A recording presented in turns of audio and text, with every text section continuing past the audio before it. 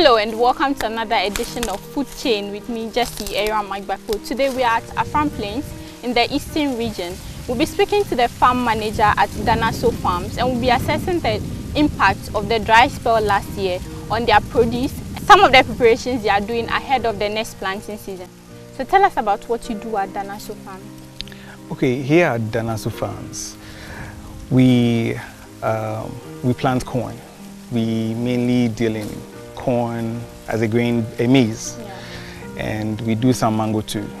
We also do a little bit of cassava, but that's smaller compared to the maize and the mango.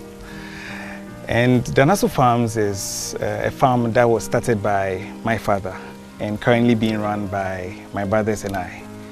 My father is around, he guides everything we do. You know, when it's planting season, when the season starts, we have to go to him, he has to guide us. You know, the elderly have to guide us in whatever we do, so we go to him and he guides us. Okay. What does a typical planting season look like for Danaso Farm? Okay, a typical planting season will start with the land preparation, where we come in with the tractors to plow the land. You know, plowing is where we turn the soil and bury the residue on the surface. And after plowing, we do the harrow.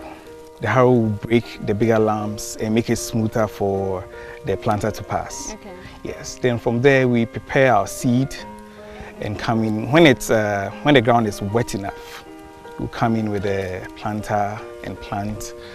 After planting, we'll do weed control, first weed control. That's a pre-emergence weed control. Okay. Then from there, we'll monitor the field. If there's any infestation, we'll work on that. If there's no infestation, we'll proceed with the fertilization and everything. We'll fertilize the field and wait to harvest. Okay. What kind of seeds do you use at your farm? Maize seeds? What kind of maize? We normally plant the yellow corn. Okay. We do some white too, but then we normally plant the yellow corn. Is there a reason for that choice? Okay, the yellow corn has a bigger market. Okay. A lot of people, there has a high demand. A lot of people come in for the yellow, so we normally plant the yellow. All right. Controlling weeds and pests, is the process different when you plant yellow corn, and what are some of your methods? When it comes to planting the yellow or the white, both have the same practices. Okay. It doesn't change. What you do for the white corn is the same thing you do for the yellow corn. It's the same. Now, fertilizer application, for example, what are some, according to you, you have been a farmer for some time now, what would you advise other people when it comes to using fertilizer to do? Okay, fertilizers are very good. Okay. Fertilizers are very good and they help you achieve the intended yield. You know, we hear people saying sometimes the fertilizer gets the field too acidic, but then there are ways to check that too, because the fertilizer is very beneficial to the crop. You can do foliar application, you can do the granular where you apply at the base of the field of the plants, and the foliar application is where you apply the normally liquid fertilizer onto the leaves. It will absorb through the leaves and it will get all the benefits. But then fertilizers are very good. So what does a good year look like at Danaso Farms in terms of yield? In terms of yield, we are looking at, you see the 50 kg bags. Okay. We're looking at 50, 60 per acre of the 50 kg bags per acre in terms of yield. Yeah. That's in a very good year, like when everything is okay, it gets 50 to 60. Do you have like ready markets for that produce? Oh yes, but then sometimes the market goes off. Okay. Yeah, for instance, you harvest and you wait for these market women to come in, they don't come, you have to wait, you have to store and wait. Sometimes you have to contact poultry farms to come in and buy, and it's a whole hassle. Yeah. It's a whole hassle to get the buyers to buy your produce. Does that affect how much you end up selling it to them? Oh, it does. It does. When you are looking for the buyers and they are not coming, the price of the produce will drop. Okay. Because, you know, with the demand and the supply kind of thing, it will drop. It normally affects the prices. Let's delve right into the dry spell that happened last year in 2024. Danaso Farms, what was the impact? What would you say the impact, and how heavy was the impact on you? Okay, the past year, 2024, we were hit really hard because, as I told you, the fields which would be yielding 50 of the 50 kg bags are now yielding like 10, 20. So there's a sharp decline, and we were hit really hard, really hard. Our warehouse should be filled to the brim, but currently we are only using half of it, and half of it is empty. Okay. So we are seeing it on the ground. So you see the size of this cup. Yeah. It should be way bigger. I think I would have to show you how well built it should be. Okay, so under normal circumstance, this should look like this. Yeah. This should look like. So if you are getting this instead of this, Yeah. you should start counting your losses. You should know you are losing so much. And it's all because of the rains. If we had had big rains, if the rains had come, the whole field should be yield cups this big. But here's the case, this is what we have. And we have this coming from, let's say, 70% of the field. This coming from 70% of the field. That's a huge room. Exactly. We're 30 yielding this. And with this, that means those areas of the field were partly waterlogged or had more water in the soil at the time when it wasn't raining. That's how come we got this from there. But then almost everywhere got this. Yeah. Obviously, you don't prepare for such a misfortune, but reflecting back on the year, is there anything you thought you'd have done differently that could have helped mitigate the impact on the farm? Well, with that, I think if we had irrigated, if we had irrigation equipment to irrigate the fields, we would have really, we would have got our yield, the yield we were looking for. But since we don't have the irrigation equipment to irrigate or a water source nearby, we couldn't irrigate. Currently, we are looking at getting some irrigation equipment, and these equipment are very expensive, very expensive. And even if we get the equipment down, the water source is our next problem. We've spoken to people and they've advised we sink boreholes, but these boreholes might not be able to feed the farm. Okay. Might not be able to feed the farm. So we are thinking, we are still on the table thinking right now. Now, ahead of the next planting season, what are some of the things you are doing in terms of land preparation? Okay, currently we are doing maintenance. We are maintaining our tractors. Okay. Yeah, our tractors, our implements should be ready because the planting season is going to start very soon. So the tractors have been maintained. I think we are moving on to the implements. We are going to work on the implements, get everything working, so that when the season starts, we'll hit the ground running.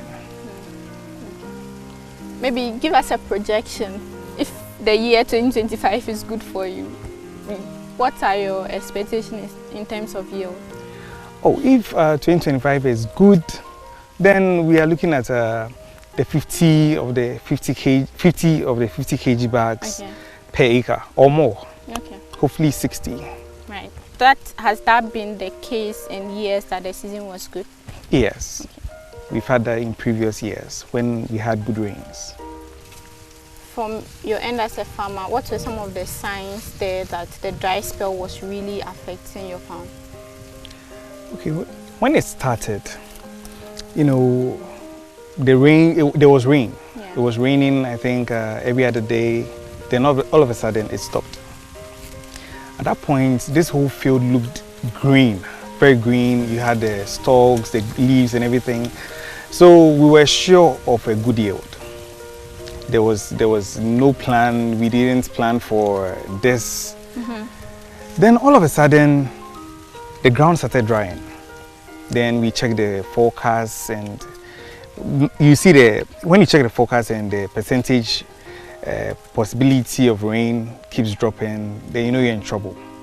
It was dropping every day. We kept praying for rain. We weren't getting rain. Then the signs started showing. You find that the leaves on the plant begin to curl up, especially when the sun is high. The leaves begin to curl and you have it folding up, and the stress is shown all over the plant. At a point I had to leave to Accra because I couldn't bear the sight of the field that way. So I left to Accra and I had the workers come check the field. So they will visit the farm every now and then, take pictures, videos, send the videos to me, and I will painfully have to watch. Yeah. Then, you know, the stress, the stress on the plants, mainly the stress on the plants. Then the plants were very tall at that time. Okay. But then there were areas where we had planted late. So those plants were short. Those ones, we just refused to grow.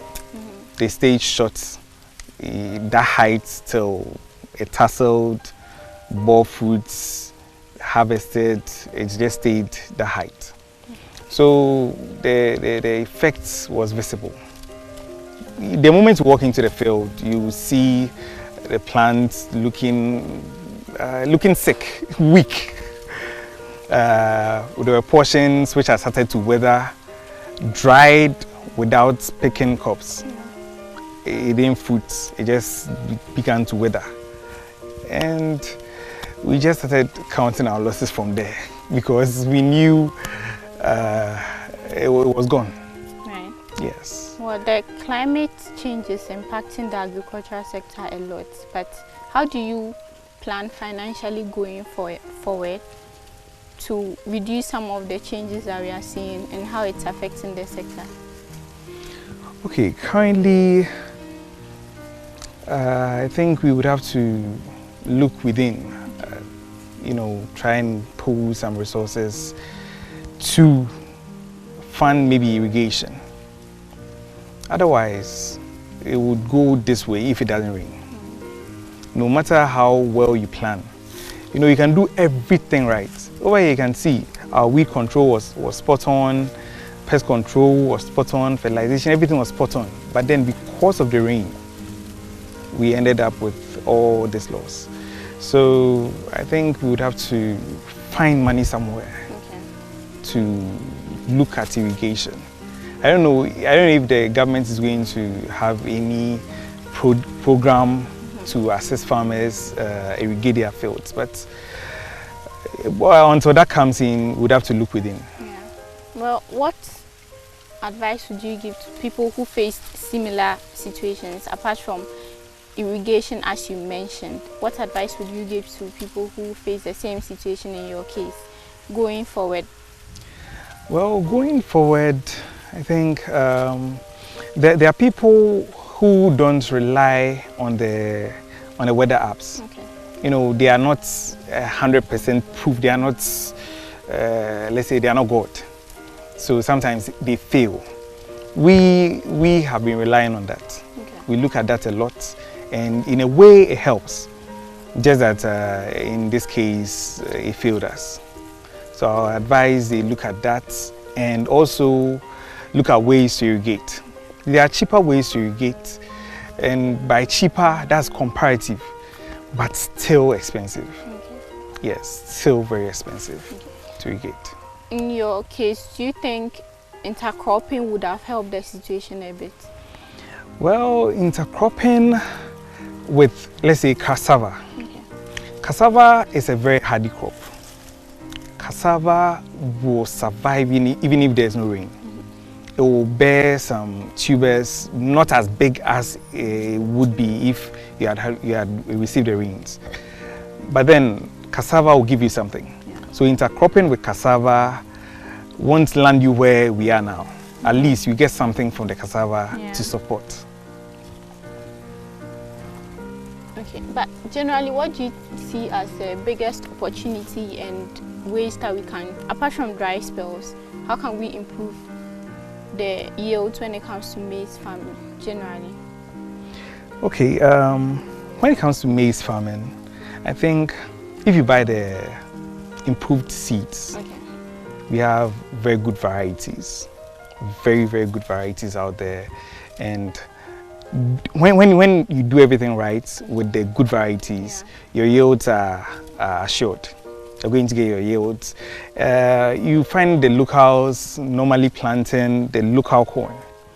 They will tell you, oh, seed weight and but they will go in and plant the cheaper option, that's the local ones.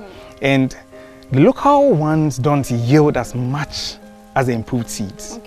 Yes. So if they're able to afford the improved seeds, at the end of the day, the difference in yield will cater for whatever they spend extra to get a seed. So it's advisable they go in for the improved seeds, do their fertilization. People also think fertilization is a waste of money. Yes, some people think that way. They think they don't understand why that white substance they are putting at the base of the plant is going to improve the yield. So they wouldn't do it. But then if they're able to do it, their yield will be assured. Right. Lots of people complain about post-harvest losses. That's in a good year when we don't have dry spells and droughts. But how, as Danaso Farms, how have you been able to deal with that situation over the years? Okay, at Danaso Farms, we have tried our best to reduce our post-harvest losses. You see, we brought in a combine harvester my dad brought in a combine harvester to harvest a crop, and with that, it cuts down on losing crops, whole crops that are not going to be seen by the people who harvest manually. It harvests everything, so it cuts that out. But then you find the combine harvester isn't 100% proof. Like it wouldn't. You will still lose some grain, but that's minimal. And here's the case, it harvests faster.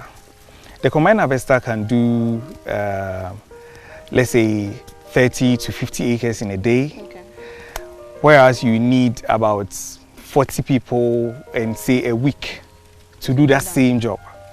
So it cuts down on so much, a lot of the losses. And with the people who are going into harvest manually, you find, aside they leaving crops on the plant, they will leave crops lying on the field, on the ground, here and there, and all that adds up to the loss. So I think the combine harvester came in to help with that. I think over the period too, there's one conversation that has been flowing, which is the fact that the private sector needs to liaise with farmers to acquire some of their crops, and including these companies that produce cereals and then buy grains from other places. Do you think it's a good idea and an effective way of handling the post-harvest losses? Well, I think it's very good.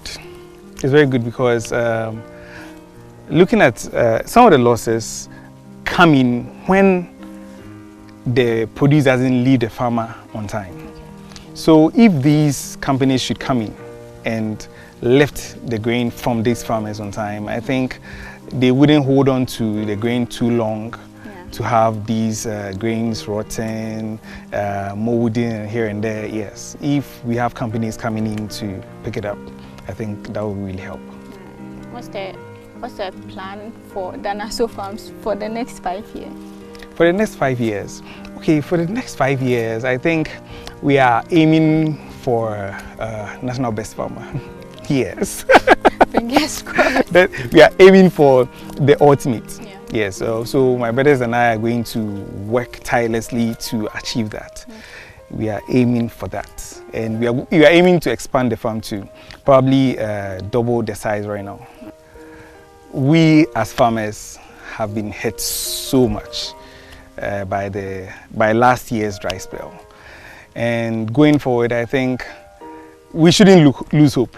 Yes, fellow farmers have to up their game. We have to go in again, and because the nation needs us.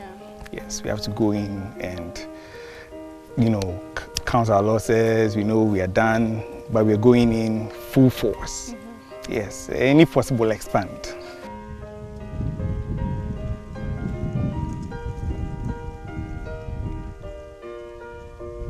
Right here is a Bowden 6-row planter. Okay. It's also a tractor implement. You attach it to the tractor, you pour your seed in the bucket behind, you pour your fertilizer in this one, and the tractor drags it over the field. And as it drags it, it seeds the field. It drops a seed, it builds a furrow, it drops a seed in there and plants 6 rows. Well, I guess that helps to like increase how much seeds you are able to plant in a day because it's measured. Oh yes, yes, it does. This can also do, let's say, 50 acres or more in a day, depending on your schedule and how you're doing your things. It can do about 50 acres in a day or more. And the accuracy compared to manually seeding the field, this does a marvelous job. It drops a seed at each foot. Whereas if you are going in manually, you know, we can talk about people getting tired, the workers, opening up rows, but this is fixed. Yeah, so this makes the work efficient and fast. Exactly. With this, you can use 2 farm hands and a tractor operator. Yeah. Yes. Whereas your 2 farm hands will be filling the seed, checking your fertilizer, filling the fertilizer. Yes, they will help the operator do that. That's it. I guess like technology is helping increase agric yields. Oh yes, so much. Technology has really come to help. So we've been speaking to the farm manager here at Danaso Farms, Kwabena Tinkran Asuminin, and he's been sharing with us some of the preparations they are having ahead of the next planting season. This has been Food Chain with me, Jessie Era Magbakbo. See you on another episode.